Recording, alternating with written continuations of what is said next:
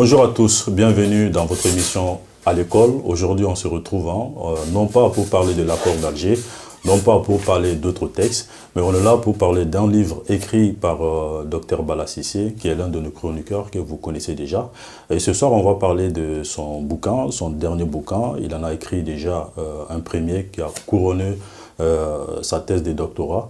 Donc, le titre du bouquin, c'est La fin de la Troisième République au Mali. Donc, ça concerne notamment les événements du 18 août jusqu'à mai 2021, 18 août 2020, avec l'avènement au pouvoir des militaires. Donc aujourd'hui, on va voir ensemble qu'est-ce que Bala nous raconte dans ce bouquin, de façon plus résumée.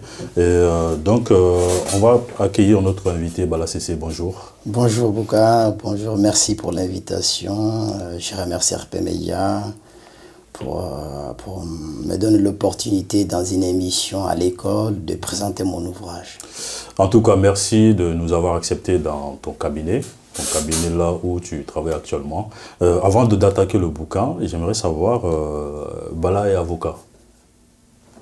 Oui, je suis avocat au barreau de Paris actuellement. À côté aussi d'être avocat, je suis enseignant à l'université. Donc, je suis à la fois théoricien, à la fois praticien.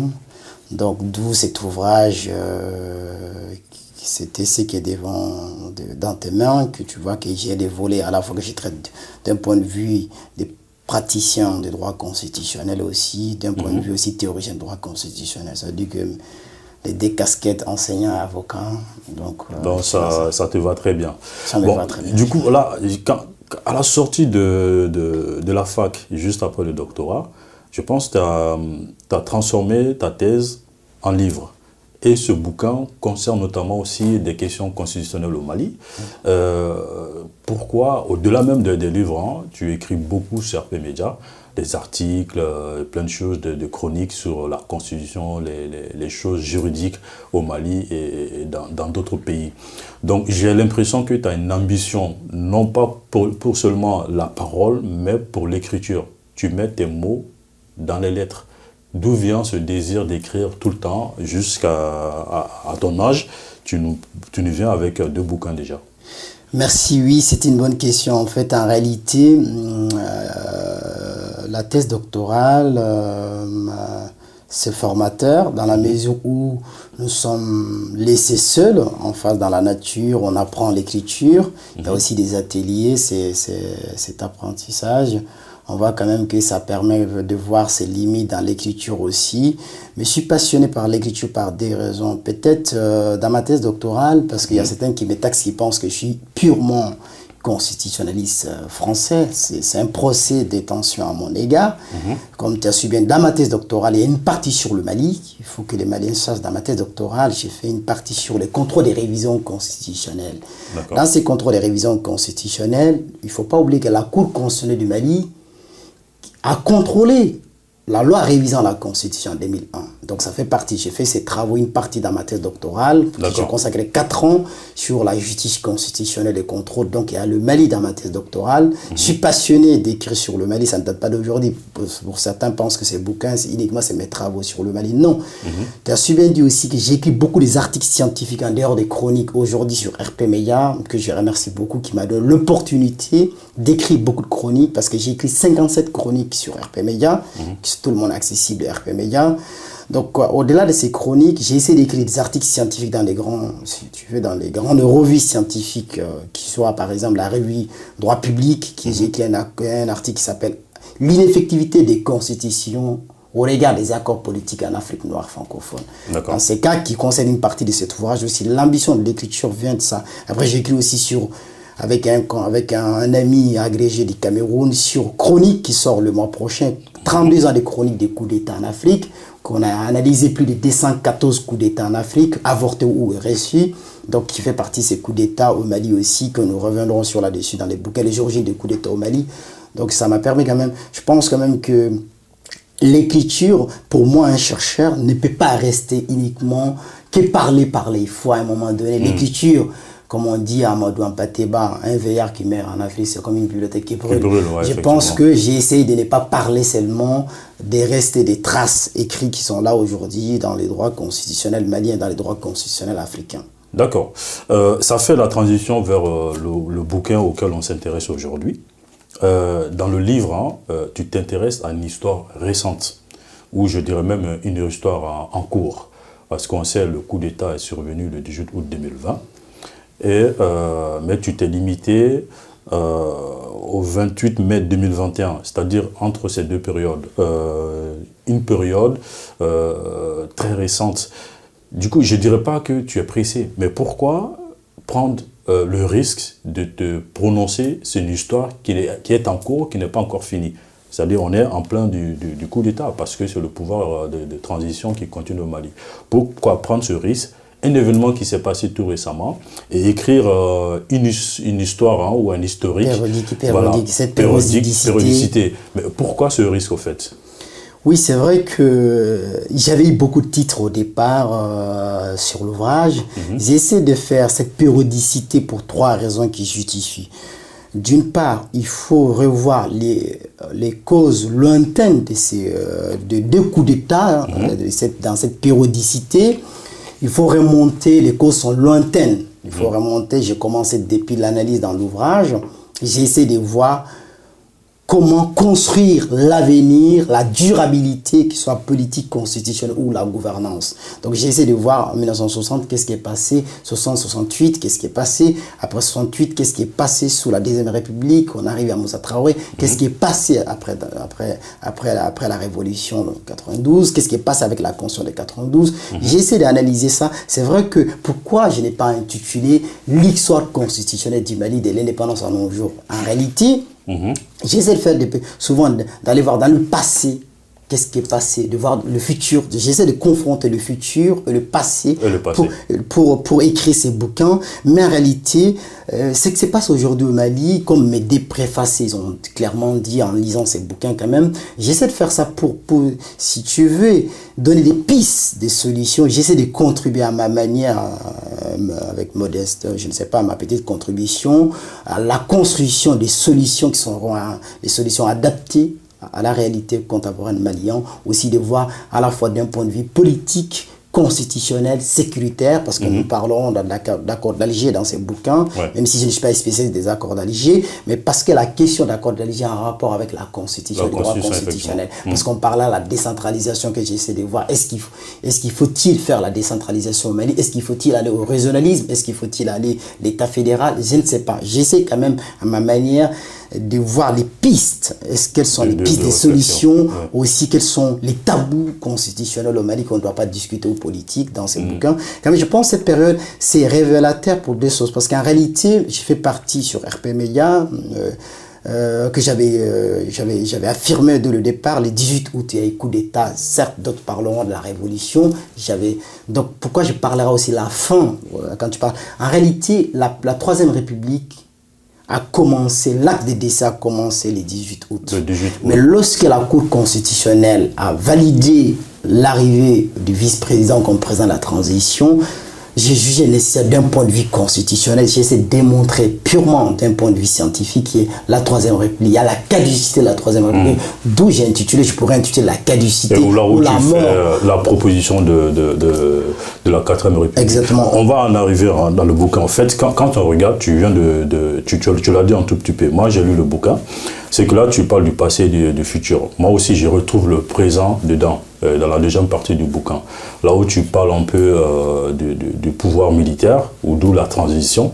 Moi, je trouve ces 3 périodes dedans. Mais quand même, on va revenir un peu sur la première partie du bouquin, qui dégage un tout petit peu les causes lointaines de cette dérive constitutionnelle au Mali. Donc, tu as dit un aspect très important dans le bouquin.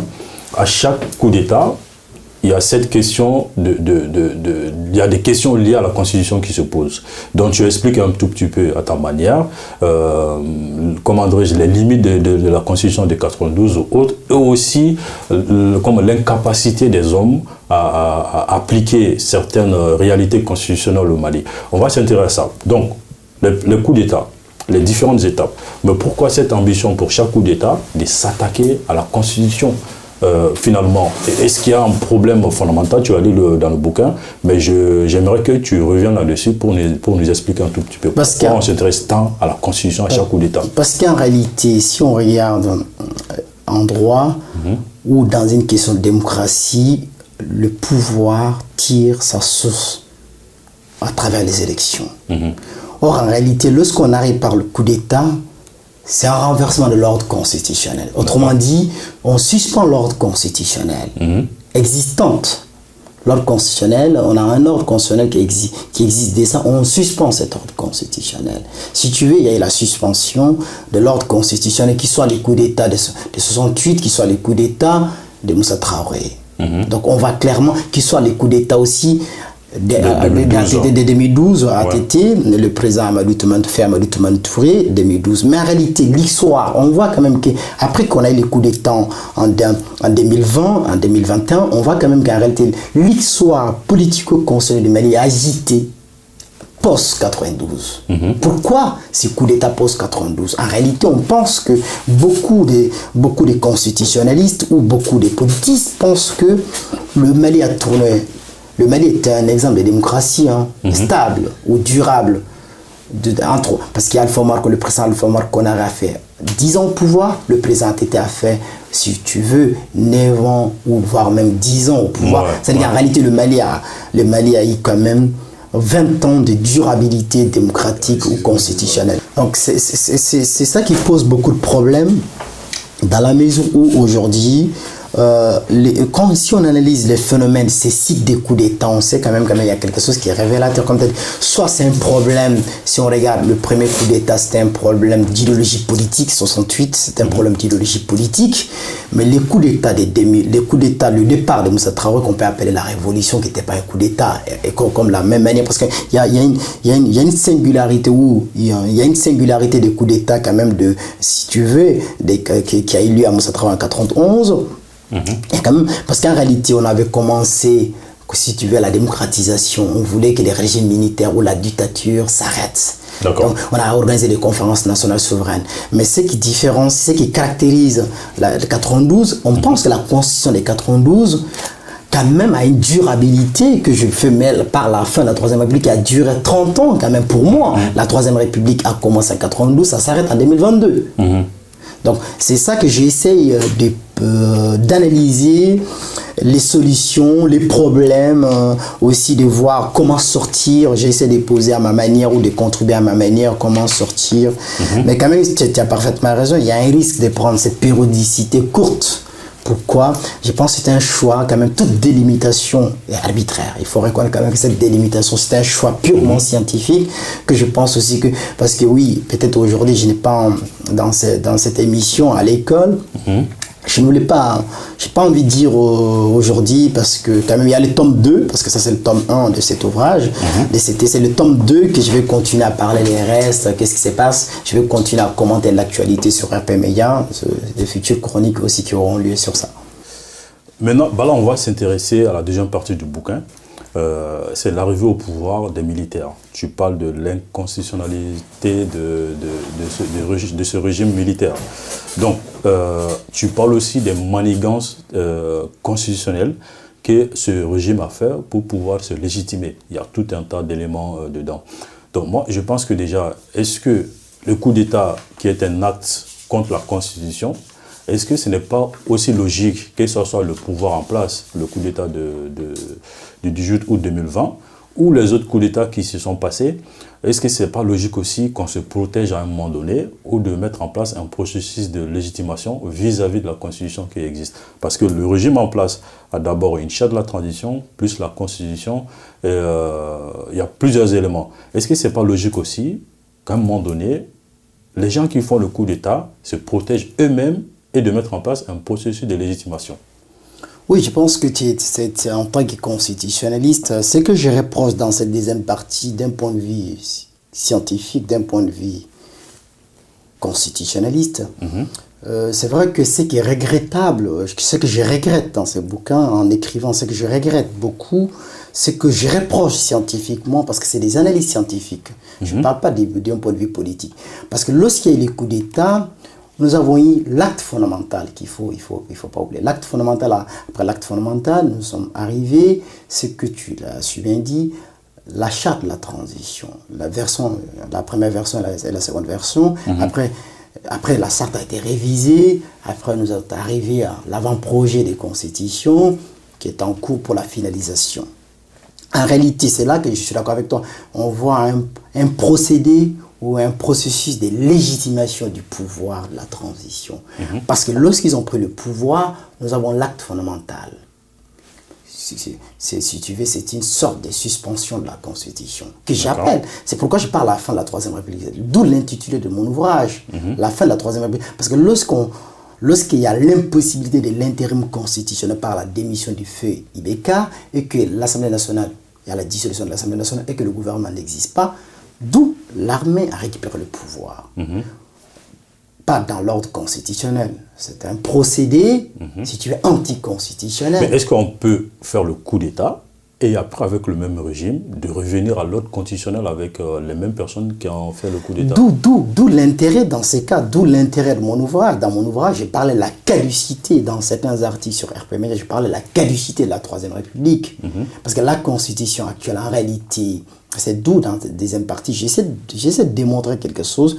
Parce que si on voit clairement, lorsqu'on a pris l'acte fondamental, c'est-à-dire en réalité la Constitution, on a congelé la Constitution. C'est-à-dire là à côté, lorsqu'on aura besoin de la Constitution, tout comme la Cour constitutionnelle, dans la troisième partie que je reproche, on sort la Cour constitutionnelle ou on sort la Constitution. On utilise la Constitution et la Cour constitutionnelle lorsqu'on a envie de faire la légitimation du pouvoir de la transition. Donc, tu vois, en réalité, c'est ça qui est regrettable. D'où je regrette vraiment les autorités de la transition, que je reproche d'un point de vue constitutionnel. Je pense quand même qu'il fallait consulter d'autres constitutionnalistes. C'est que je reproche.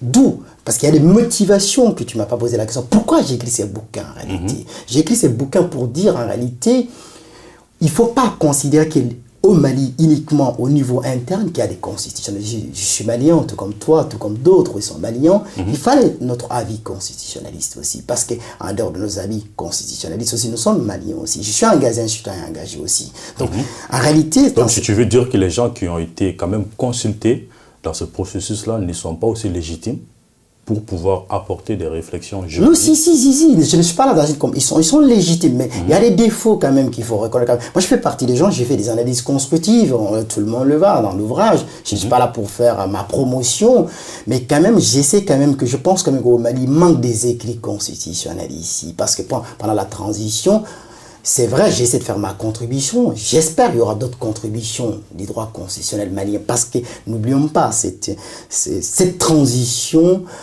c'est une partie de l'histoire politico-constitutionnelle du Mali agitée qu'il faut écrire beaucoup parce qu'il y a beaucoup des éléments qui s'étaient passés, des événements d'un point de vue politique, d'un point de vue social ou autre. Je pense quand même que l'armée ou les autorités de la transition, ils ont fait un processus de légitimation aujourd'hui. Je pense quand même que c'est d'où, dans cet ouvrage, j'essaie de voir les réalités de la démocratie malienne aussi. Parce qu'en réalité, les concepts de la démocratie, on a un problème au Mali aujourd'hui. Est-ce qu'on tend vers la démocratie sécuritaire qui prime sur la démocratie électorale et la démocratie sociale? C'est-à-dire qu'en réalité, aujourd'hui au Mali, on a 3 dimensions de la démocratie. La démocratie électorale, on oublie pour le moment. La démocratie sociale, on oublie pour le moment. Parce qu'au nom de la sécurisation, au nom de la démocratie sécuritaire, il faut pardonner tout, il ne faut rien critiquer. En réalité, lorsque j'ai écrit ces bouquins aussi pour montrer qu'être constitutionnaliste au Mali aujourd'hui, c'est une chose aisée. Il suffit juste de critiquer tout, apprécier tout, sauf de mettre des opinions ou de faire une analyse constructive sur les choix politiques de la transition. D'où dans cet ouvrage, j'ai essayé de montrer quand même que il y a des choix politiques ou constitutionnels de la transition qui sont critiquables, d'où dans l'avant-projet, d'où comme dans la charte de la transition, d'où comme dans l'acte fondamental. Donc j'essaie de voir quand même qu'il y a certains choix constitutionnels ou politiques quand même qui sont critiquables. Ok, ça marche. Du coup, on reste dans cette partie du bouquin. On va s'intéresser au décès de la Troisième République. Parce que là, quand je te suis, dès la première partie du bouquin, depuis le coup d'État de 2012, pour moi, quand je te lis dans le bouquin, Donc ça peut quand même, ça peut justifier la fin de la Troisième République depuis le coup d'État de 2012. Mais après, quand on revient, on te lit dans la deuxième partie, tu dis réellement ce décès a pris acte autant du coup d'État du 8 août au 28 mai 2021. Donc est-ce que pour toi, avant du 8 août jusqu'à mai 2021, est-ce qu'il y avait réellement une Troisième République qui existait au Mali? Oui, je pense que ta question elle est très importante dans la mesure où, en réalité, en 2012, je fais partie de ces universitaires maliens. Ce n'est pas aujourd'hui que j'ai essayé de dresser, si tu veux, les limites constitutionnelles ou, si tu veux, l'impossibilité d'appliquer la Troisième République. En réalité, le coup d'État de 2012, parce que l'arrivée du général, aujourd'hui qu'on peut dire le général Sanoko, lorsque Sanoko ils sont arrivés au pouvoir, ils ont suspendu la Constitution. D'où les coups d'État de 2000, si tu veux, en 2020, on n'a pas suspendu la Constitution. Contrairement parce que Sanoko avait élaboré une Constitution, que tout le monde a accès, on est d'accord, il y avait une Constitution. Mais en réalité, la Troisième République, si tu veux, elle était morte, on a réactivé, elle est devenue morte. C'est ça que j'essaie de démontrer. Ouais. Parce qu'en 2012, en réalité, il y a l'acte, si tu veux, l'acte DC1, l'acte DC1 de la Constitution, c'est en 2012. Et la fin même qu'on peut parler, la fin, c'est pourquoi je parle la fin de la Troisième République, c'est en 2020, qui est purement, quand même pour moi, en 2020, la Troisième République, c'est fini. Okay. Il faut parler, on ne peut plus la question, contrairement à en 2012, on avait eu la possibilité, d'où je pense qu'on parlera à la fin que j'ai proposé des solutions, parce qu'en 2012, lorsque on a organisé les élections, le pouvoir est donné à un civil. En 2012, qui est fait IBK, fin 2013, est-ce que tel sera le cas en 2023 ou en 2024 ou en 2025, je ne sais pas, je mets des hypothèses. Parce que personne ne sait pour le moment quand est-ce que nous allons organiser les élections. Mais je sais qu'il y a un calendrier, tu pourras me dire oui, il y a un calendrier, ben là, arrêtez de faire l'ironie. Mais j'espère, peut-être, est-ce qu'on va retourner l'ordre constitutionnel? Parce que lorsqu'en 2012, parce qu'on a retourné dans l'ordre constitutionnel en 2013, d'où la réactivation de la Troisième République. Est-ce qu'il y aura la réactivation de la Troisième République post-transition 2020? La réponse est non, parce qu'il y a déjà un avant-projet qui est en finalisation par une commission que nous verrons bientôt à la finalisation de ces travaux. Effectivement. Donc, du coup, ça fait la transition vers le dernier chapitre du bouquin. Tu te poses une question centrale. Quel avenir pour la Constitution au Mali? Cet avenir, là, tu l'expliques un tout petit peu, les dérives constitutionnelles qui ont eu lieu dans le temps. Et après, tu fais des propositions. Comme là, on est dans l'actualité, on va s'intéresser à l'armée dans cette question constitutionnelle et politique. Parce que là, tu parles d'une armée républicaine. Et cette armée républicaine doit avoir des réformes énormes par rapport à sa situation actuelle. Parce qu'on sait qu'aujourd'hui, il y a une division, je ne dirais pas une division inégalitaire dans l'armée. Il y a ce qu'on appelle les pauvres militaires et les riches, finalement, qui s'associent à des hommes politiques pour manigancer tous ces textes, d'où la Constitution ou autres. Donc, dans cette dernière partie, là où tu apportes des solutions, est-ce que vu que là, hier c'était l'anniversaire de l'armée malienne, est-ce que tu peux nous expliquer cette partie de cette forme d'armée républicaine? Qu'est-ce que cela signifie exactement, comme tu l'as si expliqué dans le bouquin? Dans ces bouquins, j'ai essayé de jeter les principes d'une armée républicaine moderne. Comment peut-on arriver au Mali? J'essaie de contribuer à ma manière. En posant cette question, il y a 3 principes que je pense que pour une armée républicaine. Le premier principe est simple. Il faut la confiance entre l'armée et le gouvernement futur qui vont être successifs.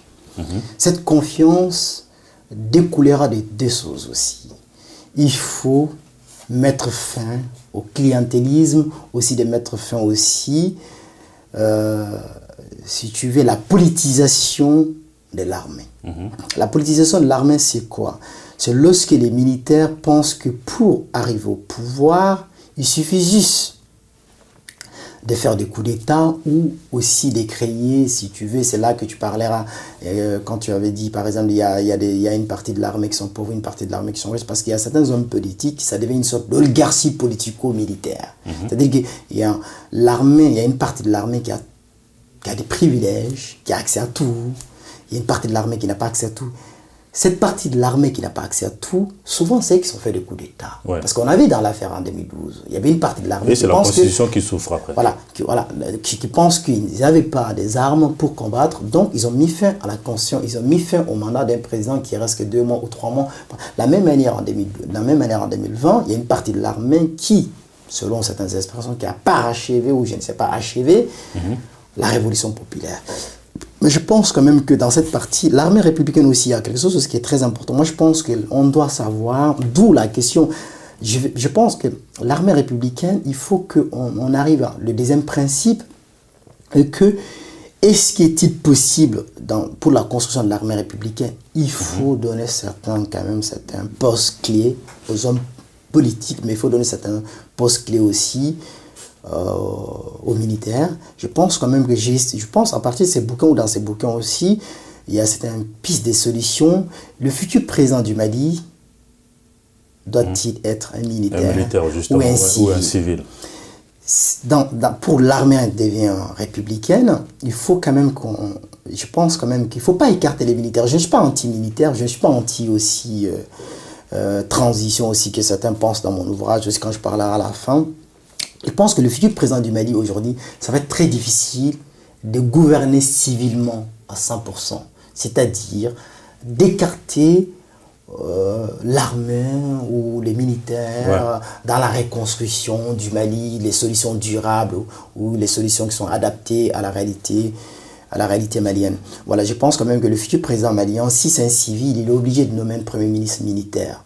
Je m'explique pourquoi. Donc, sans la configuration de ce pouvoir, donc le Mali ne dispose pas d'un avenir meilleur pour sa constitution finalement. Et en réalité, est-ce que le Mali a-t-il besoin d'une constitution pour la refondation ou pour la reconstruction? C'est ça l'intérêt dans cet ouvrage. Oui. Parce qu'en réalité, ma véritable question ou la motivation d'écrire ce bouquin, la Troisième République a duré 30 ans dans mes analyses.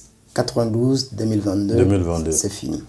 Est-ce que nous serons capables, avec la commission de la finalisation de l'avant-projet, de la nouvelle constitution, de mettre en place un système constitutionnel ou une gouvernance politique qui va durer, ou qui aura une durabilité politico-constitutionnelle et institutionnelle qui va durer 30 ans. C'est-à-dire, est-ce qu'on va se projeter avec une autre constitution pour 30 ans? Je ne crois pas. L'avenir constitutionnel, c'est d'où la question que j'avais posée. Quel avenir constitutionnel?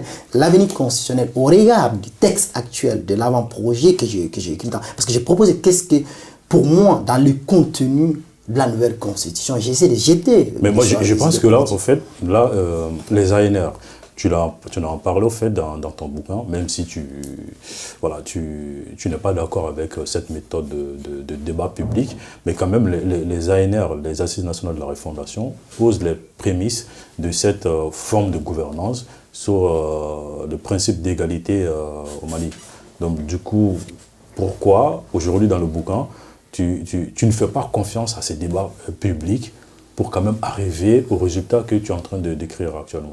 Je n'ai pas une question que je n'ai pas confiance parce que moi je pense qu'il y a un professeur béninois, je le cite, Robert Dosso, qui en période de transition, personne doit avoir la légitimité, la confiance de prétendre que ses propositions sont meilleures. Il faut que tout le monde, selon ce docteur encore, il faut que tout le monde laisse son orgueil à côté. D'accord. Ce que je dénonce dans certaines chroniques sur RP Média, que je parle des assises nationales, des diables dans les détails. Parce qu'en réalité, le procédé, quelle est la différence entre les assises nationales et la conférence nationale souveraine? J'essaie de démontrer dans ces bouquins. Ouais. Les conclusions des assises nationales, en réalité, tout le monde le sait. Est-ce que ces conclusions, beaucoup de gens ils ont dénoncé que les conclusions, on avait proposé la durée de la transition, je ne rentre pas dans le détail. En réalité, pour moi, c'est une assise nationale octroyée, préparée. C'est ça que je dénonce en réalité. D'accord. Je dénonce aussi en réalité, c'est pas une question que je n'ai pas confiance. Je dénonce en réalité aussi, quand je te dis, les gens n'ont pas été consultés beaucoup. Les gens ne sont pas été consultés. Je regrette toujours que je reviens. D'autres constitutionnalistes, ils ne sont pas purement restés qu'il faut, pour certains, que je ne cite pas son nom, qui pensent, qui qualifient certains comme les experts lointains. Je pense quand même qu'il faut qu'on sorte dans ces débats de dire que la diaspora malienne ne peut pas contribuer au changement politico-constitutionnel. Mais ça a été fait avec les ANR. Voilà.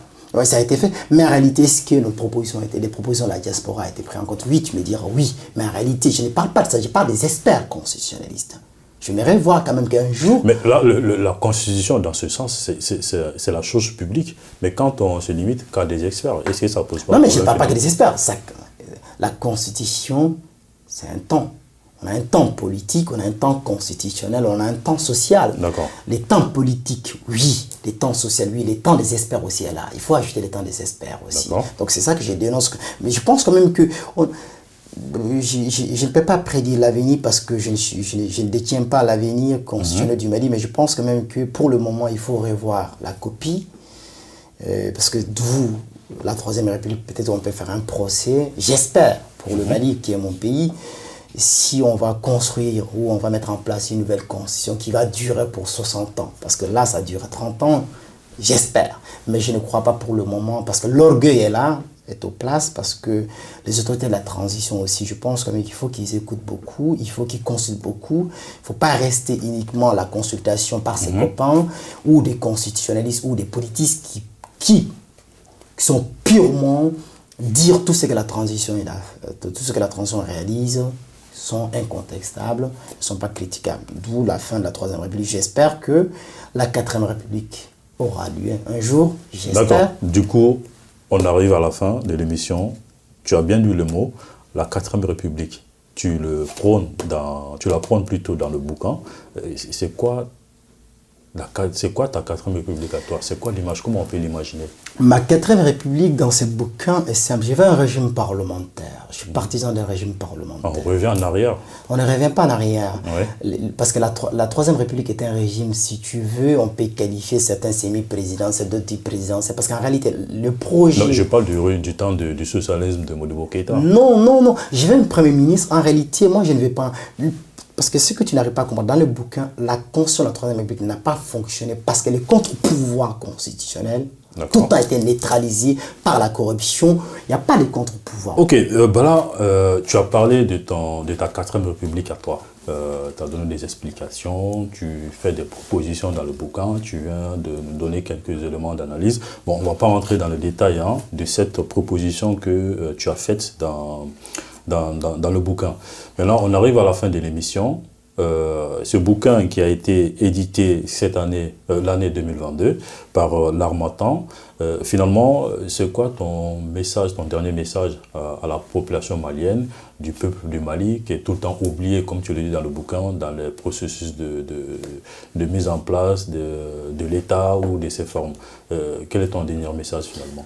Ouais, je pense que le Mali traverse une période agitée, critique, voire même... mais il est aussi de mon devoir, ou le devoir de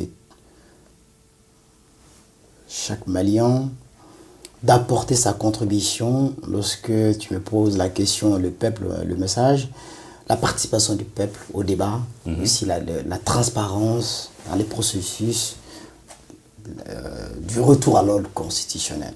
J'aimerais quand même que le Malien, qu'on sort uniquement dans une sorte de béni oui-oui, qu'on sort aussi, parce que notre destin politique constitutionnel est en face de nous. On doit faire tout, de participer, et que les autorités de la transition aussi doivent sortir. C'est là que je suis d'accord avec toi, parce que ce n'est pas purement une question des experts ou des spécialistes ou des intellectuels. D'où, c'est là que je dénonce que je ne suis pas d'accord avec les assises nationales, que je voulais qu'on fasse une conférence nationale souveraine. Donc je pense quand même que la participation du peuple, le peuple ne peut pas être une personne non grata dans la transition. Il faut inviter le peuple au dialogue. Je sais que oui, les peuples vont être consultés pour valider la Constitution, la Quatrième République, mais quand même, dans ces bouquins, ce que j'ai envie d'envoyer comme message, j'avais des questions pour écrire ces bouquins. Pourquoi la situation actuelle du Mali. Et comment on peut s'en sortir. On peut s'en sortir. Les pourquoi, j'ai posé les pourquoi et les comment aussi, dans les comment et les pourquoi, qui m'amènent des solutions. D'où, je ne pense pas que mes solutions, ce sont des solutions des messies constitutionnalistes, mais je pense quand même que j'essaie de contribuer à ma manière. C'était mon rôle de constitutionnaliste, aussi mon rôle aussi en tant que citoyen. Je dois participer à ma manière. Le débat n'est pas clos. Je pense qu'il y aura d'autres débats en dehors de ces bouquins aussi, que je vais continuer à écrire sur le Mali, forcément. Donc, je vais dire très bientôt aussi, je pense que c'était mon devoir. C'est vrai que je prends un risque, comme tu as su bien dire, en terminant en disant que les risques font partir, la crise et les risques créent des opportunités. J'essaie d'écrire cet ouvrage en prenant beaucoup de risques aussi intellectuels. Mais, comme François Rabelais disait, le temps est le père de la vérité. Je pense qu'on verra un jour cette périodicité. Dans cette période ou périodicité, nous verrons est-ce que j'avais raison ou tort. On verra ça d'un point de vue intellectuel. Ok, en tout cas, on arrive à la fin de l'émission. Le bouquin, il est déjà disponible. Le bouquin de Bala Cissé, docteur Bala Cissé, il est avocat, il est, on peut désormais dire écrivain, parce que c'est son deuxième bouquin, juste après sa sortie de l'université. Le bouquin, c'est la fin de la Troisième République au Mali, histoire constitutionnelle, 8 août 2020, 28 mai 2021. Dans ce bouquin résume un peu les événements qui ont eu lieu depuis le 18 août jusqu'à mai 2021. Donc là, si aujourd'hui on a besoin de nous informer, de comprendre un peu les dérives politiques et juridiques de ces événements, donc on peut s'intéresser à ce bouquin. Je précise encore, ce bouquin n'est pas destiné qu'aux spécialistes des droits, mais toute personne peut lire. Moi, par exemple, je ne suis pas un juriste, je n'ai pas fait d'études juridiques, donc j'ai un profil purement technique, mais là j'ai compris les éléments dégagés dans ce bouquin parce que c'est expliqué avec des termes plus simplifiés, des termes qui nous permettent de comprendre un peu la chose juridique, ce qui n'est pas le cas tout le temps. Bon, pour couronner tout ça, Bala organise le week-end prochain, le 28 janvier 2023, une conférence autour de ce bouquin. Ça serait l'occasion de venir lui poser des questions pour comprendre un peu le contenu de ce bouquin. Et si vous voulez aussi commander le bouquin, c'est disponible sur Amazon et chez l'Harmattan. Donc sur ce, on met fin à cette émission Bala Cissé. On se donne rendez-vous le 28 janvier 2023 à la conférence à la conférence de dédicace d'ailleurs que tu organises autour de ce bouquin. Et nous tenons à te remercier pour ta disponibilité et aussi de nous donner le privilège de nous accueillir dans ton bureau d'avocat à un samedi très précieux. En tout cas, merci à toi. Merci beaucoup. Et, merci RP Média. Merci à tous les téléspectateurs. On se donne rendez-vous sur notre numéro de à l'école, peut-être sur notre bouquin ou d'autres sujets très importants liés au Mali. Et à très bientôt. Merci.